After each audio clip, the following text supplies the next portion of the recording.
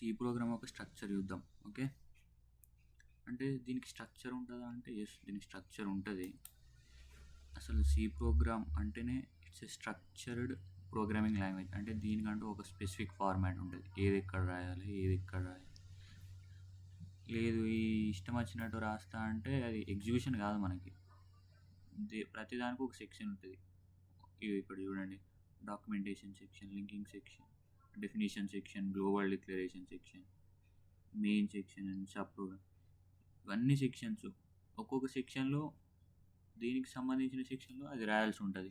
ఇవన్నీ రాయాలా మనం ఒక ప్రోగ్రామ్ చేసేటప్పుడు అంటే అవసరం లేదు. ఇక్కడ డాక్యుమెంటేషన్ సెక్షన్ ఉంది, ఇది అవసరం లేదు, రాయాల్సిన అవసరం లేదు.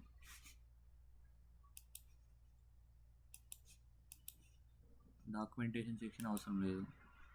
తర్వాత లింకింగ్ సెక్షన్ మనకి ఇంపార్టెంట్, ఖచ్చితంగా రాయాలి మనం ఒక ప్రోగ్రామ్ రాస్తున్నాం అంటే. డెఫినేషన్ సెక్షన్ జస్ట్ అంటే మనం రాయాలనుకుంటే రాయచ్చు, ఇది కూడా అంత అవసరం లేదు కోడ్ని బట్టి. గ్లోబల్ డిక్లరేషన్ సెక్షన్ కూడా అంతేం అవసరం. మెయిన్ ఫంక్షన్ అనేది చాలా ఇంపార్టెంట్, చాలా అంటే చాలా ఇంపార్టెంట్. మెయిన్ ఫంక్షన్ లేనిది అసలు ప్రోగ్రామ్ రన్ కాదు. సబ్ ప్రోగ్రామ్ సెక్షన్ కూడా అంత ఇంపార్టెంట్ కాదు. మనకు ఒక ప్రోగ్రాంలో మెయిన్గా రాయాల్సింది లింకింగ్ సెక్షన్, మెయిన్ ఫంక్షన్, అంతే. ఇవి బాగా ఇంపార్టెంట్. ఫస్ట్ మనం ఒక్కొక్క సెక్షన్ గురించి తెలుసుకుందాం. ఏంటనేది ఫస్ట్ మనకి ఇక్కడ ఏముంది, డాక్యుమెంటేషన్ సెక్షన్ అని ఉంది. డాక్యుమెంటేషన్ సెక్షన్ అంటే మనకి ఇప్పుడు కమెంట్స్ రాస్తాము. కమెంట్స్ అంటే ఏంటంటే మనము కోడ్ ఉంది, మీకు ఒక జస్ట్ బేసిక్ కోడ్ చూపిస్తాం. ఇక్కడ చూడండి, ఆన్లైన్ కంపైలర్ ఓపెన్ చేయగానే చూడండి ఎట్లా వచ్చింది, అది ఇచ్చేది వచ్చింది, మనం ఏం చేయలేదు. స్ట్రక్చర్, ఇదంతా ఒక స్ట్రక్చర్ అన్నట్టు. స్ట్రక్చర్ ఇది డాక్యుమెంటేషన్ సెక్షన్ అనుకోవచ్చు. ఇక్కడ ఏంటంటే కమెంట్స్ రాస్తాం. ఇక్కడ చూడండి, online C compiler to run C program online. కానీ మనం ఇది రన్ చేసినప్పుడు ఇవేం రావు. జస్ట్ చూడండి, ట్రై ప్రోగ్రామైజ్ ప్రో అని వచ్చింది. అంటే మనం మెయిన్ ఫంక్షన్లో ఏదైతే రాసామో, ప్రింట్ అంటే ఇది ప్రింట్ అని రాసినాం కాబట్టి, ప్రింట్ ఫంక్షన్లో పెట్టినాం కాబట్టి ఇది ఒకటి ప్రింట్ అయింది. ఇవి ఎందుకు ప్రింట్ కావాలి ఇక్కడ రాసినాయి అంటే వీటిని కమెంట్స్ అంటారు. కమెంట్స్ ప్రింట్ కావు ఎప్పుడైనా కానీ, ఎందుకంటే అవి జస్ట్ మనకి అర్థం కావడానికి కోడ్. ఇక్కడ చూడండి, రైట్ సి కోడ్ హియర్, ఇది కూడా ప్రింట్ కాదు. ఎందుకు రాస్తాం కమెంట్స్ అంటే, మనం ఇప్పుడు ఒక కోడ్ రాస్తున్నాం, కమెంట్స్ రాసినా రాకుండా కోడ్ ఎగ్జిక్యూట్ కాదని ఏం లేదు, కోడ్ ఎగ్జిక్యూట్ అవుతుంది. కొన్ని రోజుల తర్వాత మళ్ళీ నువ్వు ఆ కోడ్ ఓపెన్ చేసినావు అనుకో, నీకు కొంచెం నువ్వు రాసిన కోడే కానీ కొత్తగా కనిపిస్తుంది. అదే నువ్వు కమెంట్స్ పెట్టుకున్నావు అనుకో, ఈ రాసే ప్రతి లైన్ కాకపోయినా అక్కడక్కడ కమెంట్స్ పెట్టుకుంటే, ఇక్కడ ఇది చేసినాం అనే ఒక కమెంట్, ఇక్కడ ఇది చేసినాం, అట్లా కమెంట్స్ పెట్టుకుంటే ఏంటంటే నువ్వు నెక్స్ట్ టైం నీ కోడ్ని చూసినప్పుడు ఆ కోడింగ్ పార్ట్ అర్థం కాకపోయినా మీదున్న కమెంట్స్ బట్టి ఓకే ఇక్కడ ఇది చేసినాం, ఇది యాడ్ చేసినాం, ఇక్కడ మల్టిప్లికేషన్ చేసినాం, ఇక్కడ ఈ కండిషన్ వాడినాం అని ఆ కమెంట్స్ ద్వారా మనకి ఈజీగా అర్థమవుతుంది అన్నట్టు. కోడ్ అనేది మనకి ఈజీగా అర్థం కావడానికి కమెంట్స్ వాడతాం అంతే. దానివల్ల మనకి ఏం ఉండదు ఇక్కడ, అంతే. ఇక్కడ చూడండి స్ట్రక్చర్ ఎట్లా వచ్చిందో. ఈ సెకండ్ ఇది లింకింగ్ సెక్షన్. చూడండి, హ్యాష్ ఇంక్లూడ్ stdio.h అని ఉంది. stdio.h అంటే స్టాండర్డ్ ఇన్పుట్ అవుట్పుట్, హెచ్ అంటే హెడర్ ఫైల్. ఇప్పుడు ఇది రాకపోతే ఏమవుతుందంటే ఒకసారి తీసేసి చూద్దాం, ఏమవుతుందో చూద్దాం. ఒకసారి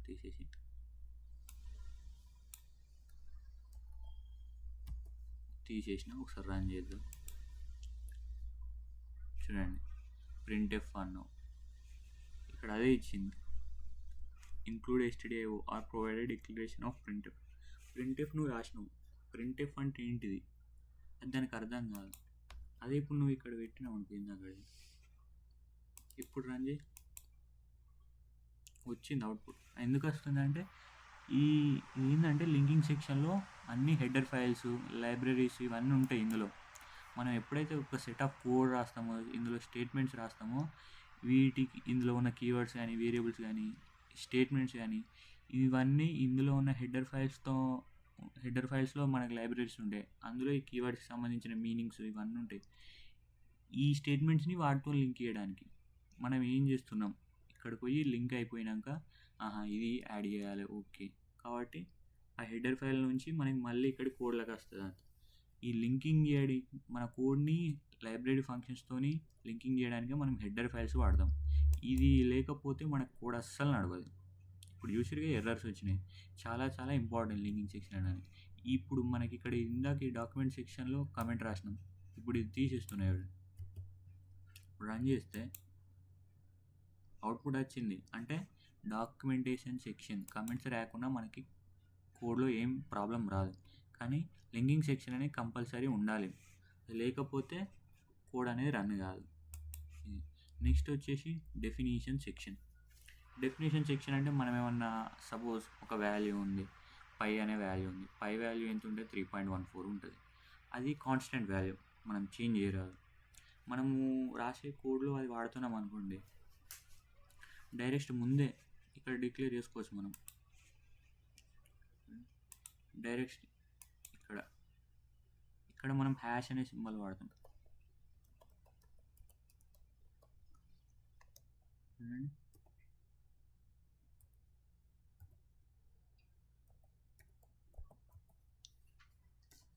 అంటే ఇక్కడ ఏంటంటే డెఫినేషన్ సెక్షన్ ఎందుకంటే మనం ఏదన్నా వాల్యూ కాన్స్టెంట్, అది ప్రోగ్రామ్ మొత్తం చేంజ్ కాలేదన్నమాట. ఇప్పుడు ఈ పైని మనం ఇక్కడ కోడ్లో కూడా ఇట్లా డిక్లేర్ చేయకుండా రాస్తే ఏంటంటే నువ్వు ఒక 10 times పై వాల్యూ నీకు అవసరం పడుతుంది అనుకో కోడ్లో, 10 times pi equal to 3.14, pi equal to 3.14 అట్లా పెట్టాలి. అదే ముందే నువ్వు మెయిన్ సెక్షన్ ముందే డిక్లేర్ చేసినావు అనుకో, డైరెక్ట్ ఆటోమేటిక్గా నువ్వు ఎక్కడైతే పై అని పెట్టుకుంటే పోయినావు అనుకో, ఆ పై ప్లేస్లో 3.14 ఆటోమేటిక్గా పడిపోతుంది, క్యాల్కులేషన్ జరిగిపోతుంది. అట్లా కాన్స్టెంట్ వాల్యూ, ప్రోగ్రామ్ మొత్తం ఒక వాల్యూ కాన్స్టెంట్గా ఉండడానికి మనం డెఫినేషన్ సెక్షన్ అనేది వాడతాం. అది మన కోడ్ బట్టి మనకు అవసరం ఉంటే రాసుకుంటాం, లేకపోతే లేదు. ఇది డెఫినేషన్ సెక్షన్ యూజ్ అన్నట్టు. నెక్స్ట్ మనకి గ్లోబల్ డిక్లరేషన్ సెక్షన్. ఇది కూడా అంత ఇంపార్టెంట్ ఏం కాదు. గ్లోబల్ డిక్లరేషన్ సెక్షన్ అంటే సేమ్ ఇందాక దానిలా డెఫినేషన్ సెక్షన్ లాగా. మనకి గ్లోబల్ డిక్లరేషన్ సెక్షన్ ఏంటంటే మనం మెయిన్ ఫంక్షన్ బయట డిక్లేర్ చేసేదాన్ని గ్లోబల్ డిక్లరేషన్ సెక్షన్ అంటాం. మెయిన్ ఫంక్షన్ లోపల డిక్లేర్ చేసే వాల్యూస్ని లోకల్ డిక్లరేషన్ సెక్షన్ అంటాం. గ్లోబల్ డిక్లరేషన్ సెక్షన్లో మనం ఏమన్నా డిక్లేర్ చేస్తే ఏంటంటే ప్రోగ్రామ్ మొత్తం అదే ఉంటుంది. లేదు ఒక ఓన్లీ మెయిన్ ఫంక్షన్లో ఇచ్చామనుకోండి, ఓన్లీ ఇక్కడనే ఇస్తే అది ఓన్లీ మెయిన్ ఫంక్షన్ మనమే ఎగ్జిక్యూట్ అవుతుంది. మెయిన్ ఫంక్షన్ బయటకు వచ్చినాక ఎగ్జిక్యూట్ కాదు. అది ఇక్కడ గ్లోబల్ డిక్లరేషన్ సెక్షన్లో ఇచ్చామనుకోండి, మెయిన్ ఫంక్షన్లో అవుతుంది.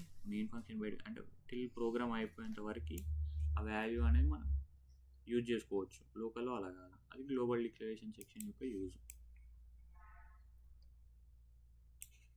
Next main function.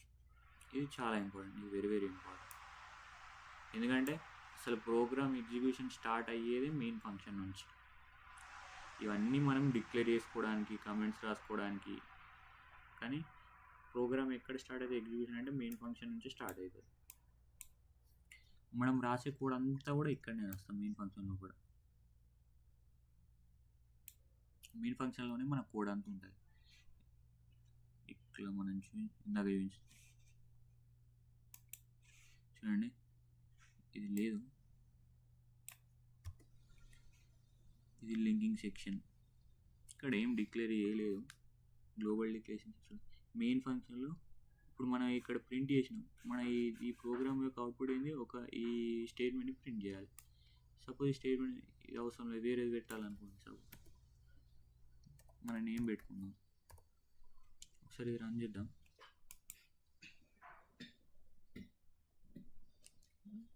అవుట్పుట్ అదే వచ్చింది. అంటే మనకి ఏంటి, ఒక నేమ్ ప్రింట్ చేయడం ఈ కోడ్ యొక్క వర్క్. ఈ మరి అంతా ఎక్కడ రాసినామంటే మెయిన్ ఫంక్షన్ లోపలనే రాసినాం.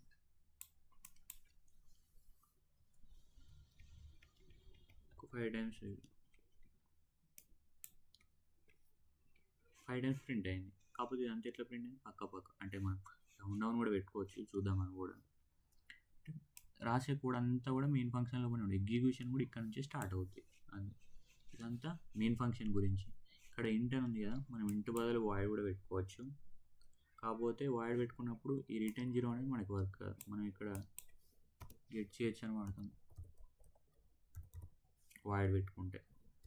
వాయిడ్ ఏంటంటే డిఫాల్ట్ డేటా.